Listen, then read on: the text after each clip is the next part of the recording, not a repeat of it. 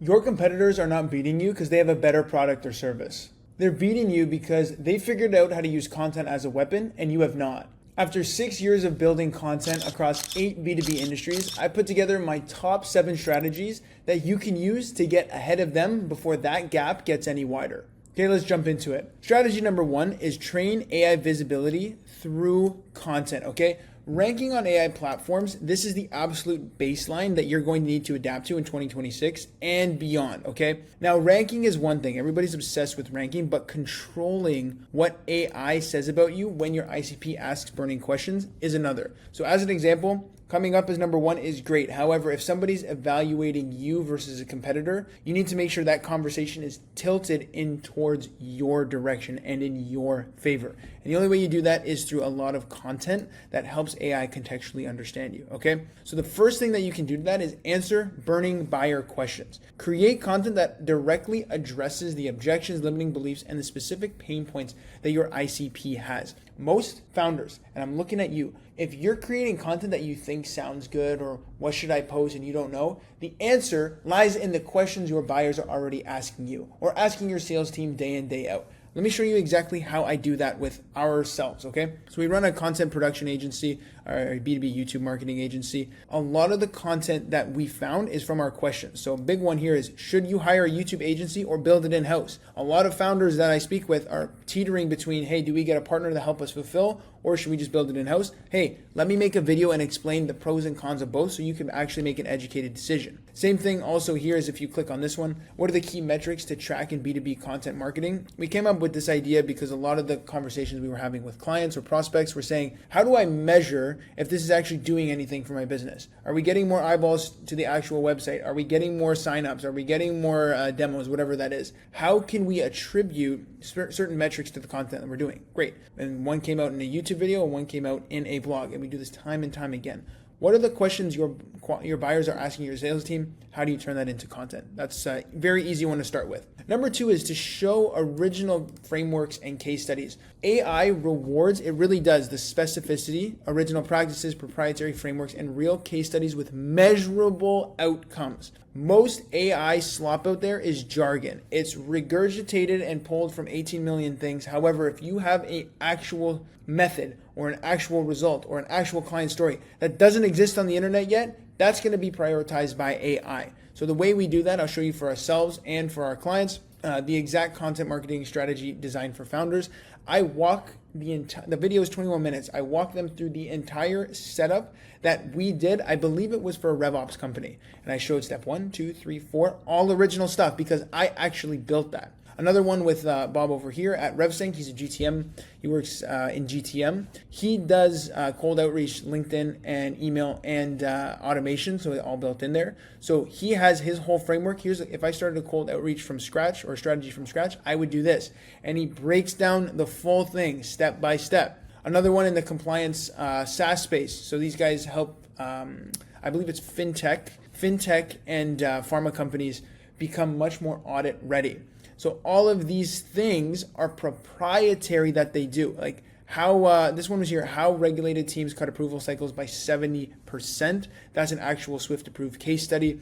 These are all things that won't exist. They will not exist online. They will only exist in your proprietary frameworks, okay? And then the third one is build a sales and marketing feedback loop. Sales and marketing don't talk to each other. Everybody knows that. However, what sales is hearing and what marketing needs to put out so that when people go to sales, they're educated, that's what we call content.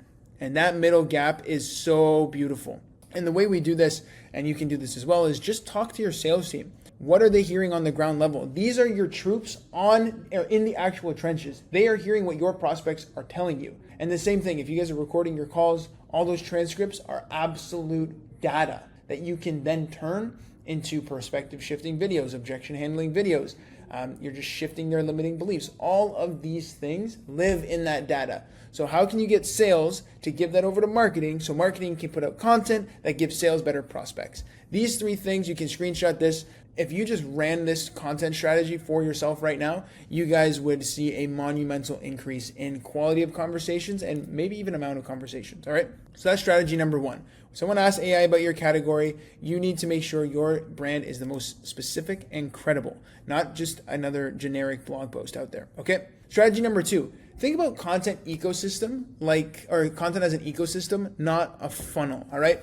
The buyer journey is not linear. It does take an average of 55 touch points for a prospect to become a paying client. On average, right? Some convert on the first. As some people know, especially in the B2B space, sales cycles are a little bit long.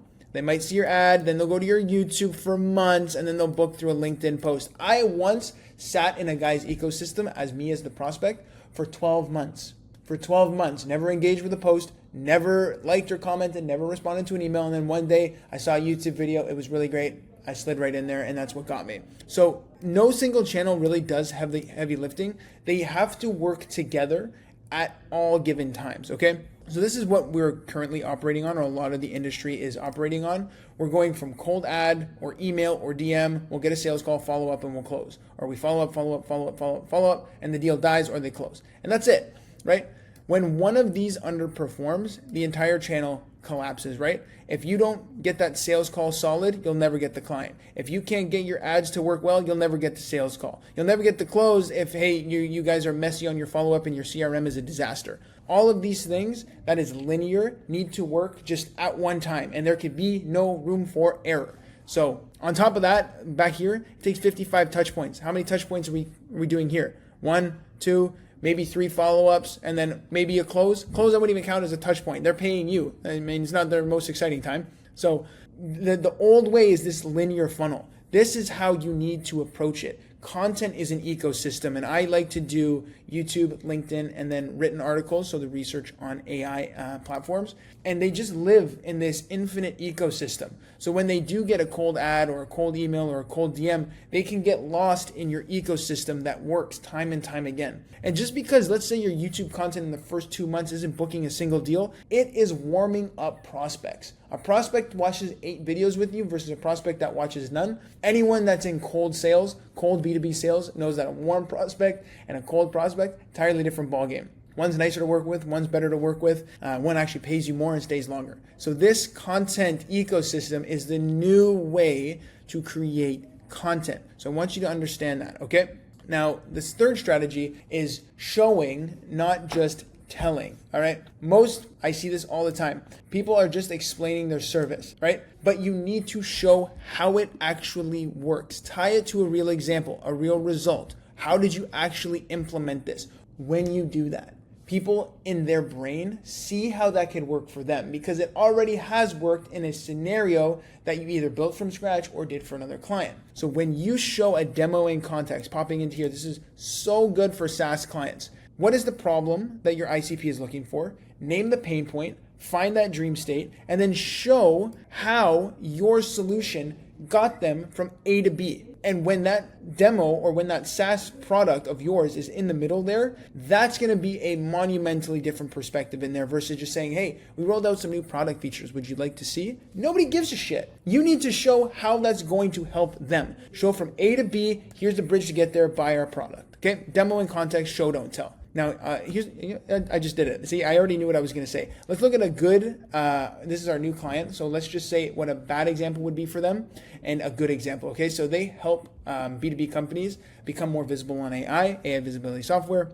This would be a bad content idea. And this is what most SaaS companies are doing. New feature alert, query matching for AI generative content. Would you click that? I wouldn't click that. However, you can turn that into an actual working idea by saying something like, watch me create 141 content topics for my business using AI in 15 minutes. Oh, now we got a topic. And in that video, he is going to showcase how he's doing it. And he's just going to have his software running in the video the whole time. Right? And that placement of it to get from someone from A to B, that's going to be a whole different conversation. So see the difference there. Screenshot this right here and see how much of your content sounds like this versus how much sounds like this. Your click-through rate's going to go through the roof. Pay attention to that kind of stuff, okay? The second one is back every claim with proof, all right? It's one thing to say, one thing to show, but when you show the actual concrete result it generated for you or for your clients, like screenshots, dashboard, case study numbers, that beats abstract advice every single time.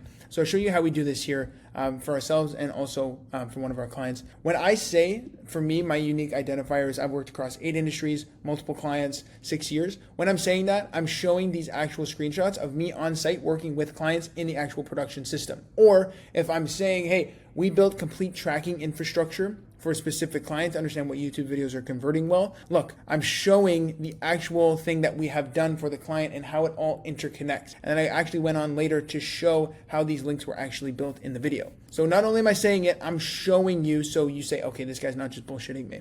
Here's another one here. When we do keyword research for clients, I actually pull up some of the keyword research that we do. I block most of it because, again, these are paying clients. I'm not just going to give out their free work. I respect that. But you can see how I'm actually teaching, and I'm not just saying, hey, do keyword research. It's good for your brand. What is that? I'm telling you, here's the keyword research we did, and here's how it translated into content. I'm actually showing you. I'm putting the receipts on the table, man. And the last one here too, this is our client in the GTM space. He's actually showing the performance of the campaigns that he is doing for his clients. That's literally him there doing the same thing I'm doing here, showing you the receipts. Boom, same thing. So show, don't just tell. All right, that's the other way to show. And the last one is lead with your face. Lead with your face. A lot of people hide behind the camera and they like to just stay behind the scenes. That's great. I get it. But don't put your brand with AI generated images, stock photos. That signals cheap. Your face and your story and your actual expertise, that's what signals credibility. Okay? Show, do not tell. Here are the 3 things you need to remember about that. Okay, let's keep it moving. I like to keep the pace going. This is me actually putting my face on there. I'm actually doing this video too. I have my face everywhere. This is some of my actual best performing content as well. When here's a great example. When I post things that are stock images or just screenshots, they massively underperform. 5 likes, look, 6 likes, 6 likes, 5 likes. Look at that. Shit performance. Versus if you go over here, this one's my face. Look at this. Immediately, 30 likes, 14 comments. 28 likes, 6 comments. This one with my face, 24 likes, 11 comments. Same thing over here, 55 likes, 18 comments, 2 reposts. Your face and your expertise is so important that if you are not doing that, you have to find another avenue to help generate that awareness. But if you want to use your face and you can see, like, this is the actual data from my LinkedIn that I am doing organically, I'm telling you, you need to have your face there and your story. I'm going to actually split test this. I'm going to rip these word for word, and I'm just going to put a picture of my face to see how they actually perform. I'll probably do another video like that in the future. But again, show, this is me actually working with a client. This is me actually hosting an event. This is me actually doing stuff for my business. I'm on a podcast. I'm throwing a launch party. This is my first business. Didn't work out, but that's okay. And this is me actually, this was just me in New York. I thought it was a cool photo. But anyways, you get the gist of it. Really cool stuff. Show your face, guys. Don't be shy. Again, this and then just one more after. Again, just me. I put my face. These were just a couple weeks apart. Same thing. 17 comments, 25 likes. So again, show your face. That's the importance. All right. Now, strategy number 4. Marketing is the same thing said a million different ways. Here's the uncomfortable truth I want you to know. Your prospects all have the same problem. When you think you need to come up with all these ideas, all these different angles, a million different things, you do not. You need the same thing. You do not need content on everything. Diversity actually confuses both the audience and your algorithm. When I first started YouTube content, the more topics we put on the channel, diversity, the worse the channel performed. Once we started unifying it, views kept coming in every single month. You need to have the same topic said a million different ways.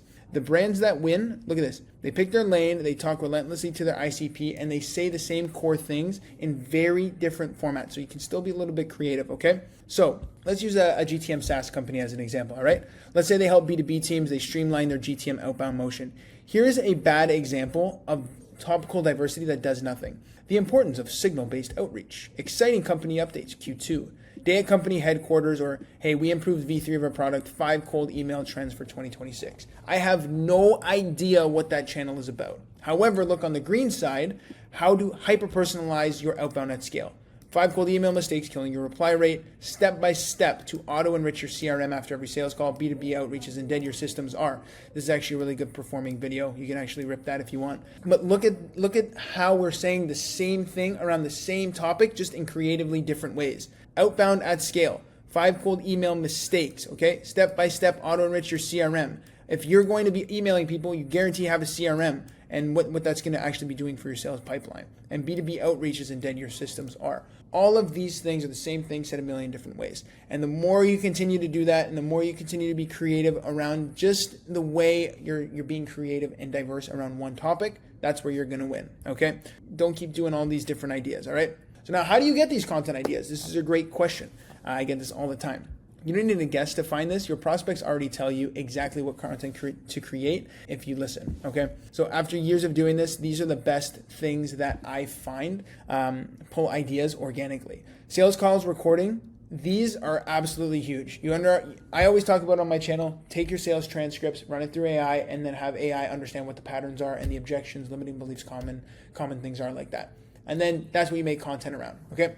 Another thing too is objection logs. Whenever I'm talking to any founder, whether they're ICP or not, to say the least, creating content does, for me in my sense, have a lot of the same problems. So I will actually just manually write that stuff. Customer support tickets, FAQs, LinkedIn comments and DMs from prospects.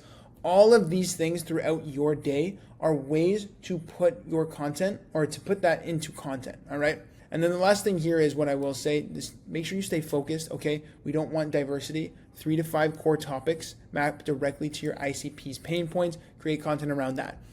Burn this into your brain as well. Repetition with variation builds recognition, not boredom.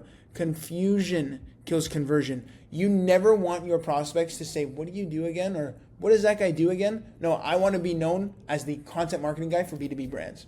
That's what I do. I just talked about content and I do that in repetition. All right? Boom. Strategy number 4. All right? Strategy number 5 is volume equals familiarity. All right? So we just said, same thing said a million different times, but volume is actually a really big indicator to find success. Okay? So let's come back here. Founders, I work in the GTM space. They will roast me for giving up on cold calling after 3 days. But yet they do the same thing. They'll post 3 videos and then they'll never post again. So back here, you need to post consistently month over month. Sometimes your buyer is not ready to buy right now. However, they will be ready to buy from you because you're the first name they think of because you've been front and center the entire time. You need to have some form of volume to stay familiar in their brain, okay? Let's get back here again. I think we said this at the beginning of the video. It takes 55 touch points for a prospect to convert on average based on research. Interactions is what I mean by touch points. So this is something that could be a YouTube video, LinkedIn post. It could be a touch from your sales rep. It could be a cold call. Any interaction they have with your business is a touch point, and they need about 55 of them. So if you are doing just ads or just email, that's like one touch point of the greater picture. Right? So the content that you're going to put in place allows them to have this digital real estate to have all of those touch points. And the other thing too is like what I just set up here, even though your buyer, where is it? Okay. So when they're finally ready to buy, right? They might not be ready to buy today, which is 97% of your market. Not only 3% of any given market is ready to buy. When the other 97% is ready to buy, that's when they'll be ready and you're going to be the one they not only just remember, but choose because you've been there the whole time. So here's exactly how we're doing that actual mix for content to get these touch points, right? And to get that volume. This is the exact thing that we're doing and this is the exact thing we run for clients. Foundational, we do 4 to 6 YouTube videos per month. We then on top of that, we layer 12 LinkedIn posts, 8 written articles. We do a little bit of outbound and we do a little bit of LinkedIn paid at the top. So you can see the percentage breakdown that we have there to have all this volume. So when people do discover us, they've got a whole world to just get lost in and understand why we're the clear choice and why we know what we're talking about. So does it mean you have to do all of these? I would say yes. I say that's very important. A lot of people would just say, no, we can just rip outbound and then we can get what we want, which granted you can. However, I like to have a little bit of foundation in there to after a year or 2 years of doing this, like when you really invest in your brand, like this is market dominance that you're talking about. And like you can see that we're showing up at AI now for some specific queries. Some of our clients start to do that. That can't happen with outbound. That can't happen with paid. That's very burn and churn. This is a foundational business. This is literally like the foundation of your business that will go for 2, 3, 4 years time. Like we still get leads from YouTube videos that we posted 9 months ago. Outbound doesn't do that. Okay. So this is, again, keep that flywheel in mind. It's an ecosystem. Make sure that your buyers just stay in your ecosystem forever until they're ready to buy. All right. That's what I would say. Now, strategy number 6, make your brand look like it's worth the investment. Oh man, this was a mistake I did so much in the beginning. I always went for the cheapest possible solution to get as much volume as I could, but it never worked. So look, this is my first types of thumbnails. Content equals more leads. Not really that great. However, now you can see that I invest. We have a team. We actually have creatives. Wow, that looks much better. Make your brand look like it's worth that 30, 50, 60, 70K investment. This looks like it's a weekend project that you guys are doing and you're still figuring it out. Here's another example here. This was me earlier, and then now this looks much more professional, much more polished.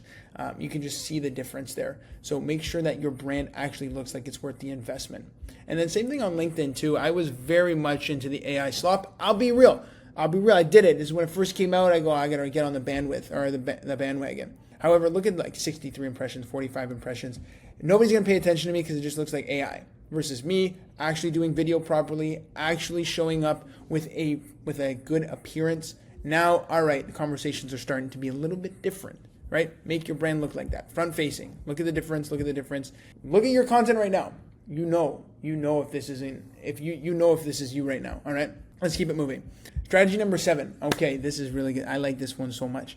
Use your content in your sales process. Your content doesn't just have to live at the top of the funnel, right? Where we're talking about trends and memes or skits or all these other stuff that you see online. The most sophisticated clients that we have, they're using content as a sales acceleration tool. So this is what they are actually putting their content in, not just on YouTube, not just on LinkedIn. Some clients who are running paid ads are actually using a retargeting campaign to just send clients or prospects directly to their YouTube and let them get lost in the sauce. Other things are landing pages. Somebody just books, okay, great. Don't just say thanks. Redirect them to a page where you have a case study. Redirect them to a page where you're breaking down an objection. Confirmation page, same thing. Landing pages or confirmation pages. DMs to book prospects. I have a lot of conversations with people who are at enterprise companies who are using their AEs and SDRs to send content to get them over the fence to book a call or over the fence to become a lead or even just close a deal. All of these things can be baked into your sales motion. That's why we always say, listen, content lives on the front side, but it can also live in the back side. Put it in front of the person you want to close if you know that is exactly what they're looking for. And that's the importance of having a big volume of content so you know when to pick and choose your best performers for the specific person that you're talking to.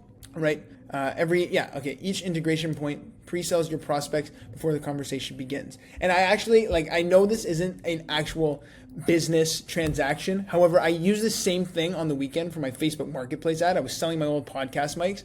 I had a sponsored ad, and this guy responded, hey, I've never responded to something like this. Is this a scam? I said, yeah, it's real. Give a quick voice note. And I actually sent him a video of me using it in action. And that way it was part of the actual sales conversation. And he goes, yeah, well, great. I'll pop by over today whenever you can, blah, blah, blah. And then he came over and then I ended up selling it. So it's not necessarily a high-ticket B2B transaction. I just like to see and mess around with things in real life to see how it plays out. And it worked. This is the first lead I had. It's 100% close rate on Facebook Marketplace. Mark Zuckerberg, you should sponsor me. Anyways, this is how it actually works in practice. Again, not just a real life or not just a weekend project. This is me actually putting out specific case studies or specific results or specific buying questions that I would embed into my sales motion.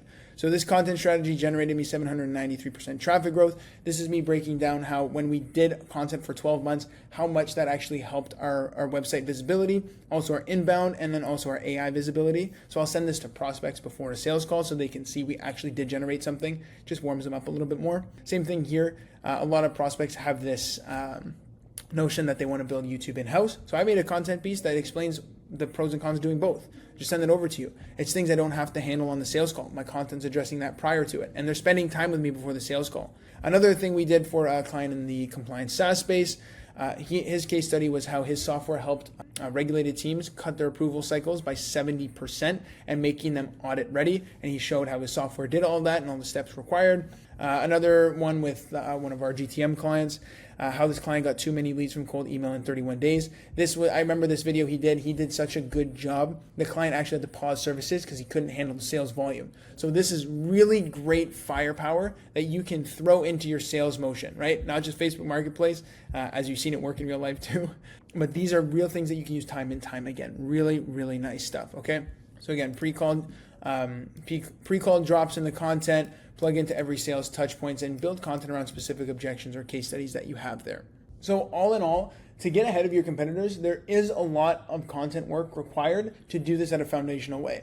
Now, if this all looks like way too much work and you just want someone to do it for you, it's exactly what we do. Use the link below to book a call with me, and I'll explain how we can actually roll this out for your business in the next 30 days. We'll do the entire YouTube infrastructure for you, from idea, on-site filming, we even film for you, and then complete tracking and management of everything. So use that link below, and then we can chat about what that would look like. And last thing I'll leave you with is this. Content is a long game. It's not burn and churn and not input output like it is paid ads or cold email or cold DMs. It does require some time to test what works, see what people are actually interacting with, and what is bringing over results for your business. But once you do that, you have an entire foundation of content that's going to work for you 24/7. People are going to watch your YouTube videos for months and years to come. Your blog articles are always going to be discoverable, and your LinkedIn content now actually always acts as that top of funnel or that big awareness piece to have direct conversations with your customers. And when they all work together, then you have a brand that's going to way widen the gap between you and your competitors.